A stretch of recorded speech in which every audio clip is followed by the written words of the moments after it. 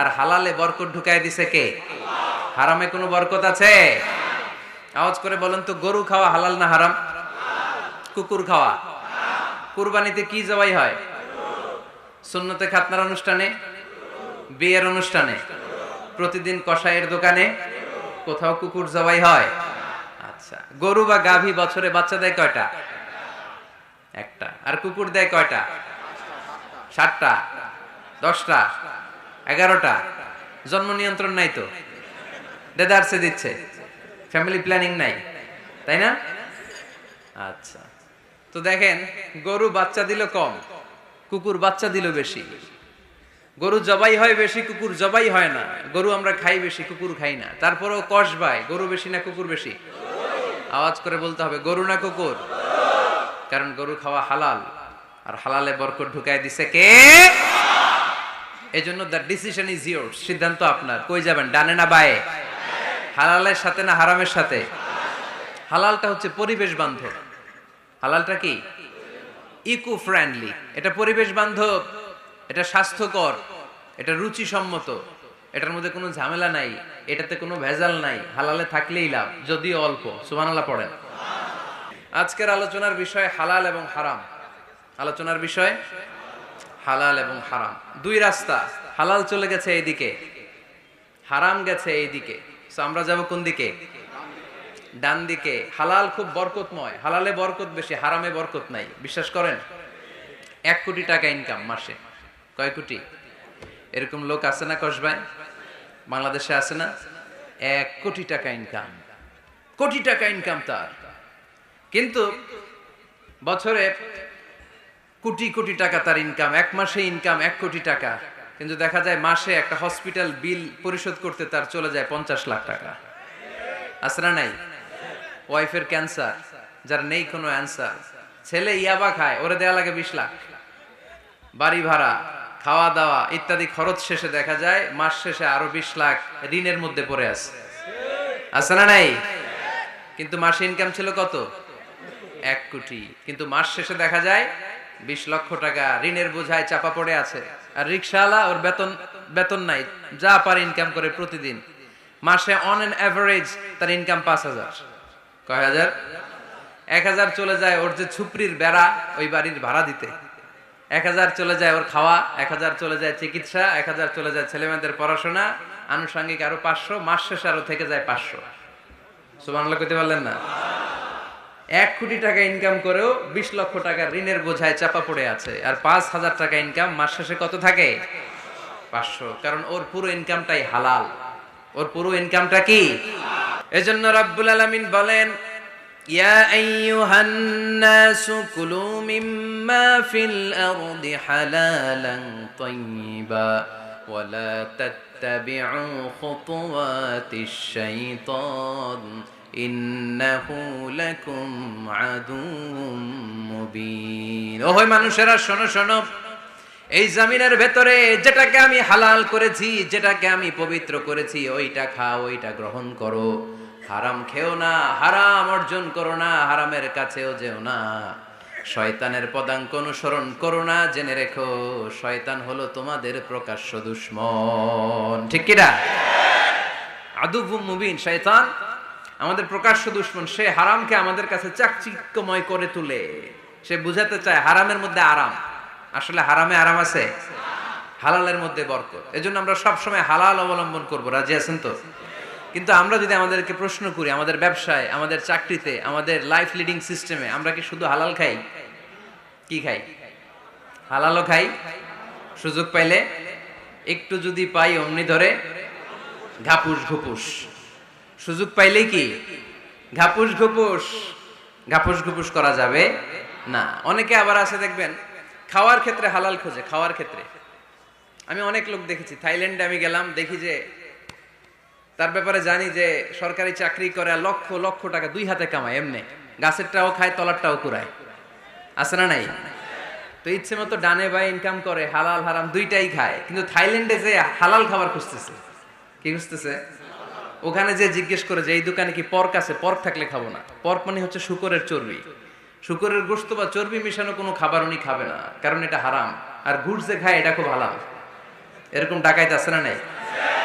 তাহলে আমাদের মুসলমানদের সবচেয়ে বড় সমস্যা হচ্ছে আমরা খাওয়ার ক্ষেত্রে হালাল খুঁজি, কিন্তু ইনকামের ক্ষেত্রে ওই জিনিসটা খুঁজি না। এরকম আছে না নাই? না। Your food should be halal, your drinks should be halal, your income should be halal, your dress up, your fashion should be halal, and your entertainment should be halal. আপনার পোশাক হতে হবে হালাল, আপনার খাদ্য হতে হবে হালাল, আপনার উপার্জন হতে হবে হালাল, আপনি যে বিনোদন করছেন এই বিনোদনটাও হতে হবে হালাল। চিল্লায় বলেন ঠিক কিনা? হালাল বিনোদন লাগবে, হালাল ড্রেস আপ লাগবে। ছেলেরা কি স্বর্ণ পড়তে পারবে? ছেলেরা কি সিল্কের জামা পড়তে পারবে? আমরা সিল্কের জামা পরি না, এটা আমাদের জন্য হারাম করেছে কে? ছেলেরা জুয়েলারি পড়তে পারবে? গলায় চেন পড়তে পারবে? হাতে ব্রেসলেট দিতে পারবে? আছে না নাই? এখানেও অনেকের আছে না নাই? দেয়া যাবে? অনেক ছেলে দেখবেন আবার কানের মধ্যে ছিদ্র করে। কসবায় মাশাআল্লাহ এগুলা নাই। আমি বাঁচায় দেওয়ার জন্য কইলাম নাই, আবার ওরা কয় আছে। আছে আছে না, এগুলো করা যাবে? দাড়িতে চুলে কালো রং দেয়া যাবে? এটা ধোঁকাবাজি। এটা কি? মান গাশশানা ফালাইসা মিন্না। আল্লাহর হাবিব সাল্লাল্লাহু আলাইহি ওয়াসাল্লাম বললেন, the person who deceives us he is not among আস। যে আমাদেরকে ধোঁকা দেয় সে কখনো আমার উম্মত হতে পারে না। মদিনার খেজুরের বাজার ভিজিট করতে গেলেন আল্লাহর হাবিব সাল্লাল্লাহু আলাইহি ওয়াসাল্লাম, অডিট করতে গেলেন। যে খেজুরের স্তূপের ভেতরে আল্লাহর হাবিব সাল্লাল্লাহু আলাইহি ওয়াসাল্লাম হাত ঢুকায় দিলেন, ঢুকায় দিয়ে দেখলেন ভিতরে পানি, উপরে শুকনা খেজুর, ভিতরে ভিজা খেজুর। আল্লাহর হাবিব সাল্লাল্লাহু আলাইহি ওয়াসাল্লাম বললেন, ঘটনা কি? ভিজা কেন? ব্যবসায়ী বলতেছে বৃষ্টি হয়েছিল। কি হয়েছিল? তো বৃষ্টি হইলে তো তার নমুনা সব জায়গায় থাকবে। তখন আল্লাহর হাবিব সাল্লাল্লাহু আলাইহি ওয়াসাল্লাম দাঁড়িয়ে বলেছিলেন, খবরদার, মান গাশশানা ফালাইসা মিন্না। যে আমাদেরকে ধোঁকা দেয় সে আমাদের দলভুক্ত হতে পারে না। এজন্য আমরা যেন কাউরে ধোঁকা না দেই, আমরা যেন হারামের সাথে সম্পর্ক জুড়ে না দেই। আমাদের সম্পর্ক হবে হালালের সাথে। চিল্লায় বলতে হবে কিসের সাথে? আজকের মাহফিলটা তখনই সার্থক হবে যখন এই কথাগুলো শুনে আমরা এই সিদ্ধান্তে উপনীত হতে পারবো যে আমার ফুড, আমার ড্রিঙ্কস, আমার ইনকাম, আমার ড্রেস আপ, আমার এন্টারটেইনমেন্ট, আমার সবকিছু হালাল দিয়ে আমি সাজাবো। আমার জীবনটাকে আমি হালাল দিয়ে সাজাবো। রাজি আছি না নাই? সব হালাল হইতে হবে। নারীদের ফ্যাশন, অনেক নারীরা ফ্যাশন সচেতন। খবরদার, নারীরা টাইট ফিটিং পোশাক পরতে পারবে না। পারবে? পাতলা পোশাক পরতে পারবে না। তারা নিজেদেরকে আবৃত করে রাখতে হবে। টাইট ফিটিং পোশাক পরতে পারবে না, অন্য ধর্মের পোশাক পরতে পারবে না, পর চুলা লাগাতে পারবে না। এই ফোর কর্নার্স, এই বর্ডার গুলো মেনে নারী যে কোনো ধরনের ফ্যাশন নিতে পারে। এই ফ্যাশন গুলোকে বৈধ করেছে কে? এজন্য রাব্বুল আলামিন বলেন, ইয়া আইয়ুহান নাসু কুলু মিম্মা ফিল আরদি হালালান তাইয়্যিবা ওয়ালা তাত্তাবিউ খুতুওয়াতিশ শাইতান ইন্নাহু লাকুম আদুউম মুবিন। সুবহানাল্লাহ পড়েন। ওহে মানুষেরা, এই জমিনে যেটা পবিত্র আর হালাল বলে আমি ঘোষণা দিয়েছি সেটা খাও, কারণ সেটাতেই বরকত। আর শয়তানের পদাঙ্ক অনুসরণ করো না, কারণ শয়তান তোমাদের প্রকাশ্য শত্রু। কথাটা বলেছেন কে? তাহলে আমরা হালালের পক্ষে না বিপক্ষে? এই আপনাদের গলার আওয়াজ। হালালের পক্ষে না বিপক্ষে? হারামের পক্ষে না বিপক্ষে? আমরা আমাদের জীবনটা হালাল দিয়ে সাজাতে চাই কি চাই না? কারণ হালালে বরকত ঢুকায় দিছে কে?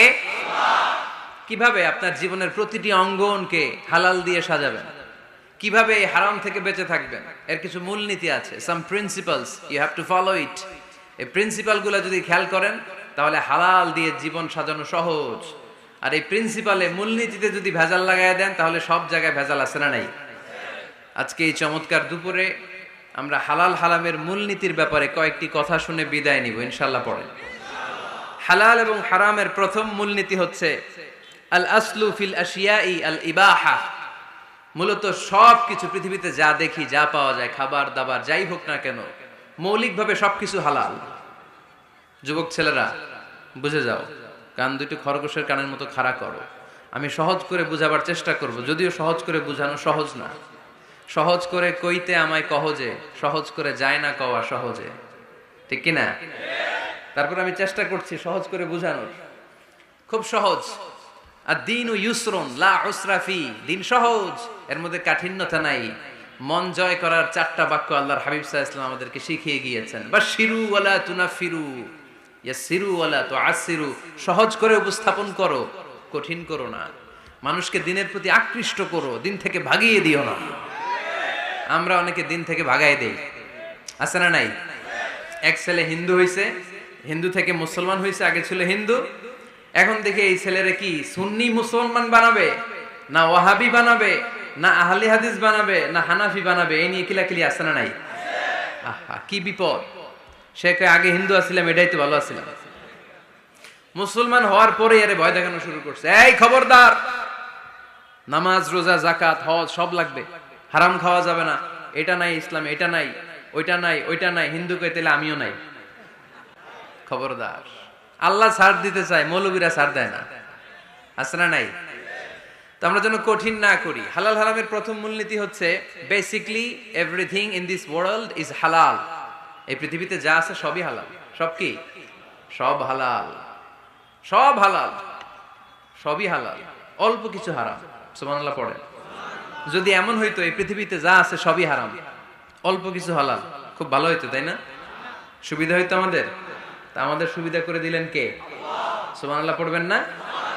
বেসিকলি এভরিথিং ইজ হালাল, পৃথিবীর সব কিছু হালাল। আপনারা যদি কেউ কিছু বলে যে এটা কি হালাল না হারাম, আপনি হুট করে বলবেন আগে বলবো হালাল, যদি হারামের দলিল পাওয়া যায় তখন বলবো হারাম, ঠিক কিনা? আমাকে যদি বলেন এটা হালাল না হারাম, আমি যদি বলি হালাল, আপনি যদি বলেন দলিল দেন, এটা আপনি ভুল বলবেন। কারণ কোনো কিছু হালাল করতে হলে দলিল লাগে না। কোনো কিছুকে হালাল বলে সাব্যস্ত করতে দলিল লাগে না। হারাম বলে যদি সাব্যস্ত করতে চান তখন দলিল লাগবে, তাও তেনা পেছানো দলিল দিয়ে হবে না, যেন তেন দলিল দিয়ে হবে, অকাট্য দলিল, এটাকে বলে আল আদিল্লা আল কাতঈয়া। অকাট্য দলিল লাগে কোনো জিনিসকে হারাম সাব্যস্ত করতে হলে। তাহলে এই যে আমাদের জন্য আল্লাহ সহজ করে দিলেন, সবকিছু বেসিকলি হালাল, যতক্ষণ না এটা হারাম হওয়ার ব্যাপারে দলিল পাওয়া যায়। এজন্য হারাম হারাম জিকির না করে জিকিরটা চেঞ্জ করে করতে হবে হালাল হালাল। কথা বলেন ঠিক কিনা? জিকির দুই ধরনের আছে। জিকির কয় ধরনের? একটা জিকির হচ্ছে হারাম হারাম হারাম, এক দলের কাছে সবই হারাম। একটা সময় এদেশের কিছু আলেম সমাজ ইংরেজিকে হারাম বলতো, ইংরেজি শিক্ষা করাকে কি বলতো? সময়ের বিবর্তনে এটা এখন হালাল। এখন এটা কি হালাল। একটা সময়ে আলেম সমাজের কিছু অংশ রাজনীতি করাকে হারাম বলতো, কথা কি বুঝতেছেন? এখন এটা কি হালাল হয়ে গেছে। ইসলামী ব্যাংকিং কে হারাম বলতো একটা সময়, যে না কোনো ফিনান্সিয়াল ট্রানজাকশন এই সিস্টেমে ব্যাংকিং এটা ইসলামে জায়েজ না, এটা হারাম হারাম, কারণ ওদের জিকির কি? কথা কয় না? হারাম হারাম হচ্ছে এদের জিকির। একটা সময় ইসলামিক ব্যাংকিং হারাম ছিল, এখন এটা কি হয়ে গেছে? তার মানে এখনো অনেক কিছু এদের কাছে হারাম। সময়ের বিবর্তনে, কালের আবর্তনে এদের মুখ দিয়ে এগুলো একদিন হালাল হয়ে বের হবে। চিল্লায় বলেন ঠিক কি না? এজন্য এই পৃথিবীর সবকিছু মূলত হালাল, যতক্ষণ না হারাম হওয়ার ব্যাপারে দলিল না পাওয়া যায়। হারাম করতে হলে দলিল লাগে, হালাল বানানোর জন্য দলিল লাগে না।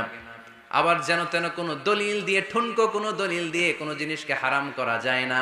হারাম করতে হলে অকাট্য দলিলের প্রয়োজন হয়। কথা বুঝতে পেরেছেন? প্রথম মূলনীতি ক্লিয়ার সবার কাছে? আল্লাহর হাবিব সাল্লাল্লাহু আলাইহি ওয়াসাল্লাম বলতেন হালাকাল মুতানাত্তিউন, যারা মুতানাত্তিউন তাদের ধ্বংস, তাদের উপর আল্লাহ লানাত। সাহাবারা বললেন ইয়া রাসূলুল্লাহ, ইয়া হাবিবাল্লাহ, মান হুমুল মুতানাত্তিউন? মুতানাত্তিউন কারা যাদের উপর আপনি লানত দিলেন, যাদের ধ্বংসের কথা বললেন? বিশ্বনবী বললেন আল্লাহর দেয়া হালাল বিষয়কে যারা সমাজের মধ্যে হারাম বলে প্রচার করে তারাই হলো সমাজের মুতানাত্তিউন। নাউজুবিল্লাহ পড়েন। কুল মান হাররামা যিনাতাল্লাহিল্লাতী আখরাজা লিইবাদিহি ওয়াত-তাইয়্যিবাতি মিনার রিজক। এজন্য আল্লাহ ডেকে বললেন খবরদার, কে আছে সমাজের মধ্যে আমার দেয়া হালাল সাজসজ্জাগুলোকে, পবিত্র জিনিসগুলোকে হারাম বলে ফতোয়া তুলে, তাদের উপর আমার লানত। খবরদার, আল্লাহ যেটাকে হালাল বলছে এটাকে হারাম বলার স্পর্ধা দেখাবেন না। এটারে হারাম বলা যাবে? তাহলে প্রথম মূলনীতি কি সবাই বুঝতে পারছেন? বুঝতে পেরেছেন? এই দুনিয়াতে বেসিকলি সবকিছু কি? আওয়াজ করে বলেন। আর হালাল প্রমাণ করতে দলিল লাগে। কি প্রমাণ করতে দলিল লাগে? হারাম। এজন্য আমাদের জিকিরটা একটু চেঞ্জ করে দিব। আমরা হারাম হারাম না বলে কি বলবো? হালাল হালাল, যখনই দলিল পাবো তখন জিকির শুরু করব হারাম। কথা বুঝে নাই বোধহয়? দলিল পাওয়ার আগ পর্যন্ত সব কি? আরো জোরে বলেন। দলিল পাওয়ার পরে সেটা হয়ে যাবে হারাম। প্রথম মূলনীতি ক্লিয়ার? সবার কাছে ক্লিয়ার? কষ্ট হইতেছে? শেষ করে দিব? আরো কয়েক মিনিট শুনবেন? আচ্ছা, দ্বিতীয় মূলনীতি হচ্ছে হালাল হচ্ছে আনলিমিটেড। হালাল কি? কথা বলেন। আনলিমিটেড। আর হারাম হচ্ছে লিমিটেড। হারাম হচ্ছে সসীম, হালাল হচ্ছে অসীম। হালাল গুণে শেষ করা যায় না, কিন্তু হারাম গুণে শেষ করা যায়। সুবহানাল্লাহ পড়তে পারলেন না? যদি এমন হইতো হারাম আনলিমিটেড, সবই হারাম, আর হালাল হচ্ছে লিমিটেড, হালাল গুণা যায়, এমন যদি হইতো আমাদের জন্য কঠিন হয়ে যেত না? আমাদের জন্য এটারে সহজ করে দিলেন কে? দেখেন কোরআনে যত জায়গায় আল্লাহ হালালের ঘোষণা দিয়েছেন, আল্লাহ ব্যাপকভাবে দিয়েছেন। আল্লাহ বলেছেন উহিল্লা লাকুম বাহিমাতুল আনআম, এই পৃথিবীতে যত গবাদি পশু আছে সব খাওয়া হালাল, ইল্লা মা ইউতলা আলাইকুম, তবে হাতে গোনা অল্প কয়েকটা ছাড়া, যেগুলো এখনই তোমাদেরকে তেলাওয়াত করে শোনানো হবে। পড়েন সুবহানাল্লাহ। আবার আল্লাহ বললেন উহিল্লা লাকুম সাইদুল বাহরি ওয়া তাআমু, সাগরের মধ্যে যত প্রাণী পাওয়া যায়, মাছ পাওয়া যায়, কাঁকড়া পাওয়া যায়, সব খাওয়াকে হালাল করে দিলেন কে? সাগরে যত ধরনের প্রাণী আছে, কাঁকড়া বলেন, তিমি বলেন, যা বলেন, সব হালাল, হাতে গোনা অল্প কয়েকটা ছাড়া। সুবহানাল্লাহ পড়েন। তার মানে যখনই আল্লাহ তাআলা হালালের ঘোষণা দেন, আল্লাহ তাআলা এটাকে ব্যাপকভাবে ঘোষণা দেন। আর যখনই আল্লাহ হারামের ঘোষণা দেন কোরআনের ভেতরে, তখন আল্লাহ গুনে গুনে দেন। কিভাবে দেন? হুররিমাত আলাইকুমুল মাইতাতু ওয়াদ-দামু ওয়া লাহমুল খিনজির ওয়া মা উহিল্লা লিগাইরিল্লাহি বিহি ওয়াল মুনখানিকাতু ওয়াল মাওখুযাতু ওয়াল মুতারাদ্দিয়াতু ওয়ান নাতিহা, গুনে গুনে দিবেন। সুবহানাল্লাহ পড়ে। যখন আল্লাহ বললেন হালাল, তখন বললেন চার পাওয়ালা যত জন্তু আছে হালাল, অল্প কয়েকটা ছাড়া। যখন ঘোষণা দিলেন হালালের, আল্লাহ বললেন সাগরের ভেতরে যত প্রাণী পাওয়া যায় সব খাওয়া হালাল, অল্প কয়েকটা ছাড়া। কিন্তু হারামের ঘোষণা যখন আল্লাহ কোরআনে দিলেন, তখন ব্যাপকভাবে দেয় নাই, গুনে গুনে দিয়েছেন।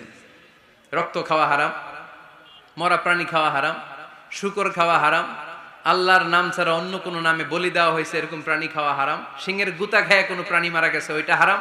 এরকম গুনে গুনে অল্প কয়েকটা হারাম, বাকি সব কিছুকে আমাদের জন্য হালাল করে দিয়েছে কে?